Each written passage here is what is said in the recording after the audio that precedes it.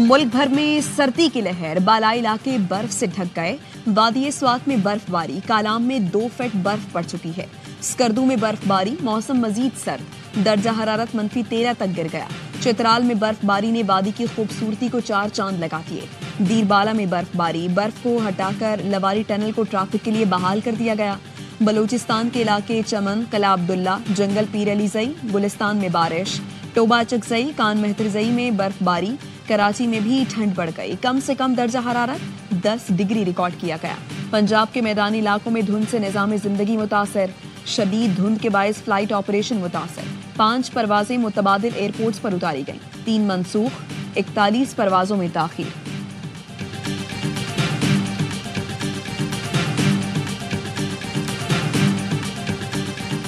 National action plan पर अमल दरामद से मुतालिक एपेक्स कमेटी का इजलास आज वजीर आजम हाउस में होगा। इंसदादे दहशतगर्दी के ऑपरेशंस के नताइज पर भी गौर होगा।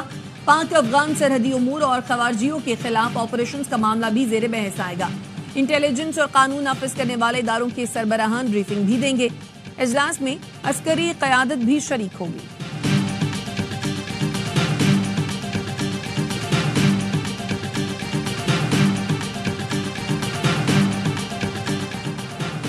एपेक्स कमेटी के फैसले की रोशनी में पारा चनार को असलहे और बंकर से पाक किया जाएगा। फरीकैन असलहा जमा कराने के लिए 15 रोज में लाहे अमल देंगे। नए बंकर्स की तामीर पर पाबंदी होगी। पहले से मौजूद बंकर्स 1 माह में खत्म किए जाएंगे। मुशीर इत्तलात खैबर पख्तूनख्वा बैरिस्टर सैफ कहते हैं, बंकर्स मिसमार करने के बाद जो भी लश्कर कशी करेगा उसको दहशतगर्द समझकर कार्रवाई की जाएगी। असलहे की नुमाइश और इस्तेमाल पर पाबंदी होगी। हफ्ते को जिला कुरम जाने वाले कॉन्वाय के सफरी और हिफाजती इंतजाम का सिलसिला जारी है। कुरम अमन मुआहिदे पर अमल दरामद कल से शुरू होगा। पेशावर से मुसाफिरों का पहला काफिला सिक्योरिटी में पारा चनार जाएगा।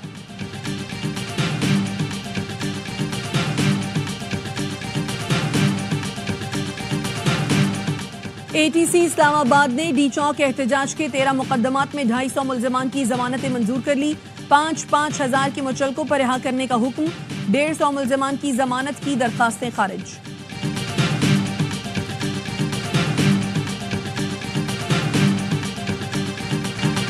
हुकूमत और PTI में खुशगवार मुज़ाकरात। PTI का बानी समेत तमाम कारकुनों की रिहाई और 9 मई 26 नवंबर वाकयात पर जुडिशल कमीशन का मुतालबा। चार्टर ऑफ डिमांड आइंदा हफ्ते 3रे इजलास में पेश किया जाएगा। PTI ने बानी से मुशावरत के लिए वक्त मांग लिया। स्पीकर कौमी असम्बली अयाज सादिक ने कहा, पहले से भी ज्यादा खुशगवार माहौल में गुफ्तगू हुई, सबने पाकिस्तान की बेहतरी की बात की। इरफान सिद्दीकी ने प्रेस ब्रीफिंग में बताया, बॉल अब PTI के कोर्ट में है। PTI से सिविल नाफरमानी कॉल वापस लेने की बात नहीं की, उन पर छोड़ते हैं कि वो सिविल नाफरमानी कॉल से मुताल्लिक क्या करते हैं।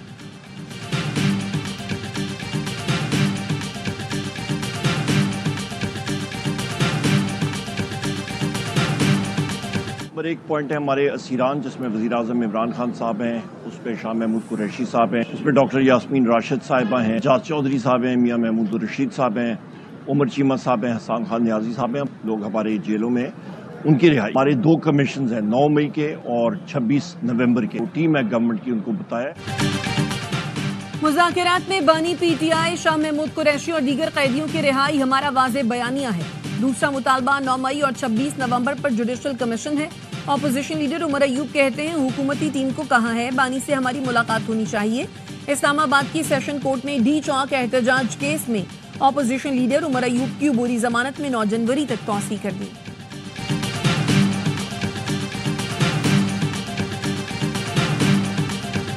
अगर जो है वो इस तरह के बलवाइयों के लिए, इस तरह के लोगों के लिए अगर एक मतलब रिलीफ मिलेगा तो फिर आई एम सॉरी, फिर 9 मई इस मुल्क में बार बार होगा, ये आप देखेंगे। मुआफ़ी के बाद रिहा होने वाले दोबारा 9 मई करने का जज्बा रखते हैं। मेरा ख्याल है 9 मई के मुजरिमों को मिलने वाली रियायत पर इदारे को दोबारा सोचना पड़ेगा। ऐसे बुलवाइयों को रिलीफ मिलेगा तो 9 मई फिर हो सकता है। वज़ीर इत्तलात पंजाब असमा बुखारी कहती हैं, ये सिर्फ बानी PTI को रिलीफ दिलाना चाहते हैं। बानी जेल में देसी मुर्गियां खाते हैं, उनकी खिदमत के लिए और क्या रह गया है।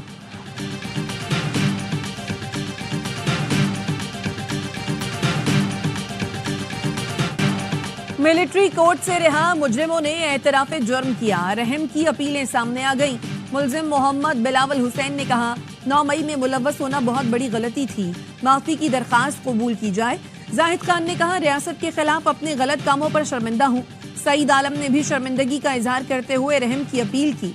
मोहम्मद सुलेमान ने एतराफ़ जुर्म करते हुए हुकाम के साथ मुकम्मल ताउन का वादा किया। मोहम्मद इलियास ने कहा, 9 मई को बाज़ अफराद ने गुमराह किया, अपनी गलतियों की जिम्मेदारी लेता हूँ। यासिर नवाज ने रियासत और रियासती इदारों के खिलाफ लोगों को उकसाने का एतराफ़ करते हुए हुस्न सलूक और नरमी की अपील की।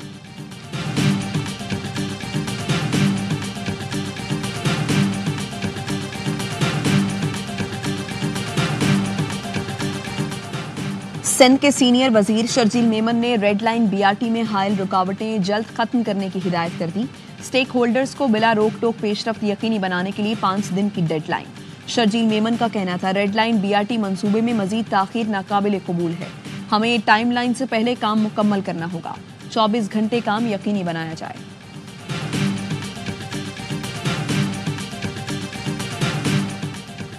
रेड लाइन बीआरटी कराची वालों के लिए अजाब बन चुकी है। ग्रीन लाइन मंसूबा भी आज तक नामुकम्मल है।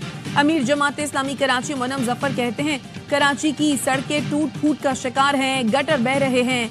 मुनम जफर की शहरियों से 12 जनवरी को सीव्यू पर गजा मार्च में शिरकत की अपील। कमीशन अगर नहीं बनेंगे, दोनों 9 मई का और 26 नवंबर का, और कारकुनान रिहा नहीं होंगे तो कोई पॉजिटिव डेवलपमेंट नहीं होगी हमारी साइड। जो साथी मौजूद था उसने शायद बानी चेयरमैन ही लिखा था, फिर हमने पॉइंट आउट किया कि जी इमरान खान साहब लिखें। उसके ऊपर हुकूमती टीम ने कोई तहफ़्फ़ुज़ात का इज़हार नहीं किया। उन्होंने कहा जी ठीक है। मुज़ाकरात का खेल नजर आया तो बानी पीटीआई को बता दूंगा। हमारे मुतालबात को तहम्मुल से सुना गया। हुकूमत की जानिब से कोई डिमांड नहीं। 31 जनवरी तक मुज़ाकरात का हल निकलता तो फिर इस्लामाबाद का रुख करेंगे। मुश्तरका एलामिया में बानी चेयरमैन लिखा गया। हमारे मुतालबे पर बानी का नाम लिखा। हामिद रजा की प्रोग्राम ऑफ द रिकॉर्ड में गुफ्तगू। हमने बानी से खुली जगह पर मुलाकात का मुतालबा रखा। हुकूमत ने कहा, कागज पेंसिल लेकर जाया करें। बानी से मुलाकात के लिए जाते हैं तो कागज पेंसिल तो दूर, अंगूठी तक उतार ली जाती है। अंगूठी उतार कर पहले सूंघते हैं, फिर स्कैन और उसके बाद रख ली जाती है। बानी पीटीआई ने कहा कि वो कहीं मुंतकिल नहीं हो रहे। मुतालबात पूरे कर दें, फिर मैं गौर करूंगा।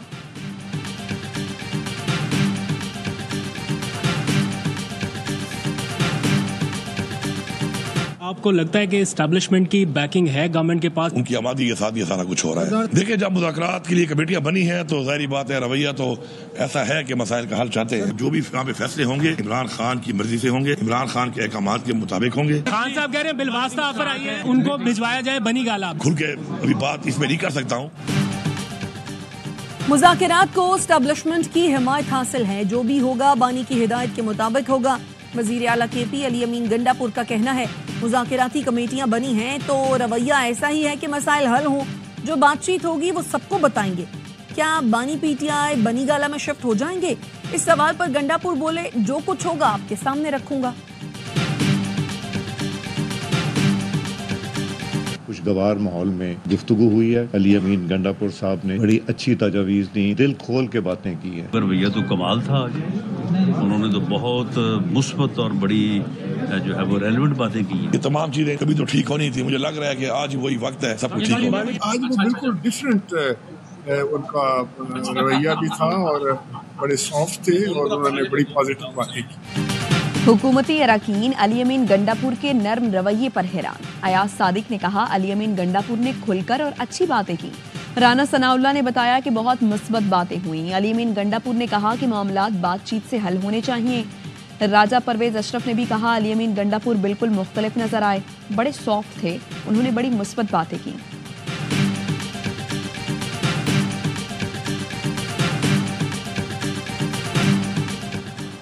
कतर के करीब सबमरीन केबल में खराबी की इत्तला। पीटीए का कहना है, ज़ेरे समंदर केबल पाकिस्तान को आलमी इंटरनेट ट्रैफिक से जोड़ती है। पाकिस्तान में इंटरनेट और ब्रॉडबैंड सार्फिन को मसाइल का सामना करना पड़ सकता है। टीमें खराबी दूर करने के लिए कोशिश और निगरानी कर रही हैं।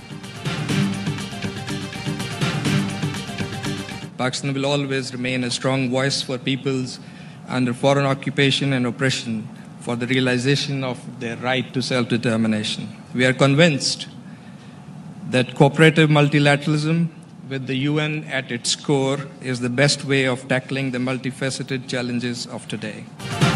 पाकिस्तान अक़वाम मुत्तहिदा की सलामती काउंसिल का 8वीं बार गैर मुस्तकिल रुकन बन गया। सलामती काउंसिल में कौमी परचम नस्ब कर दिया गया। पाकिस्तान जुलाई में अक़वाम मुत्तहिदा की सलामती काउंसिल की सदारत संभालेगा। तकरीब से खिताब में पाकिस्तानी मंदूब आसिफ इफ्तिखार ने कहा, पाकिस्तान अक़वाम मुत्तहिदा के मकासद और उसूलों पर कारबंद और मजलूम अक़वाम के हक़ खुदइरादियत के लिए आवाज़ उठाता रहेगा।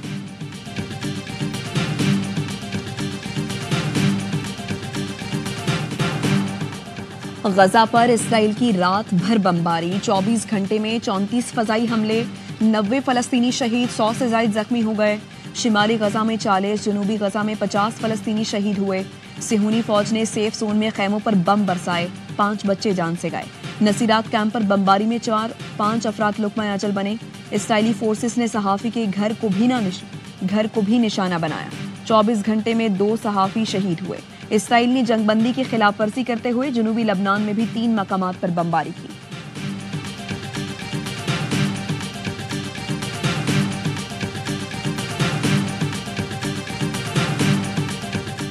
शाम से फरार होने वाले साबिक सदर बशार उल असद को रूस में मुबैना तौर पर जहर देने का इंकशाफ। गैर मुल्की मीडिया का कहना है, रूस के एक साबिक आला जासूस के जेर इस्तेमाल जनरल SVR के नाम से ऑनलाइन अकाउंट में कहा गया कि बशार उल असद बीमार हैं। उन्होंने तिब्बी इमदाद तलब की, शदीद खांसी और सांस लेने में दुश्वारी की शिकायत भी की, लेकिन इब्तदाई तिब्बी इमदाद के बाद उनकी हालत संभल गई है।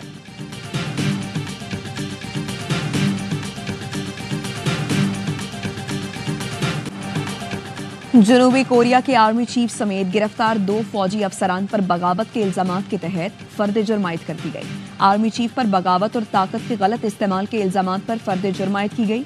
जनूबी कोरिया के आर्मी चीफ पाक आंसू और लेफ्टिनेंट जनरल क्वाक चुंग को तहकीकात के दौरान हिरासत में लिया गया था।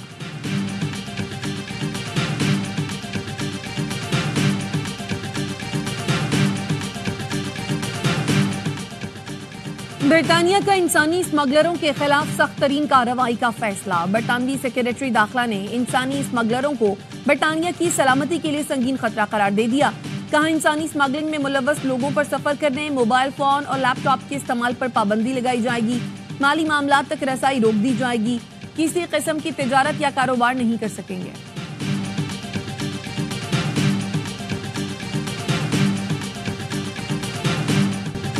पाकिस्तान और जनूबी अफ्रीका के दरमियान दूसरा टेस्ट आज से केप टाउन में खेला जाएगा। कौमी टीम में आमिर जमाल की जगह मीर हमजा की वापसी का इम्कान। 2 मैचों की सीरीज में मेजबान जनूबी अफ्रीका को 1-0 की बरतरी। मैच ए स्पोर्ट्स पर बराह रास्त दिखाया जाएगा।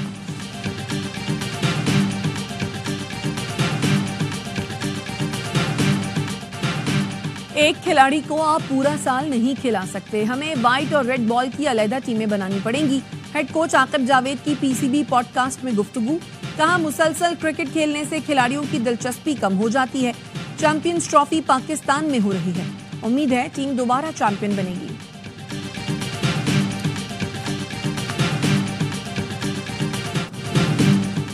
और भारतीय कप्तान रोहित शर्मा का आखिरी टेस्ट से बाहर होना भी भारतीय बैटिंग लाइन के लिए सूदमंद साबित न हो सका।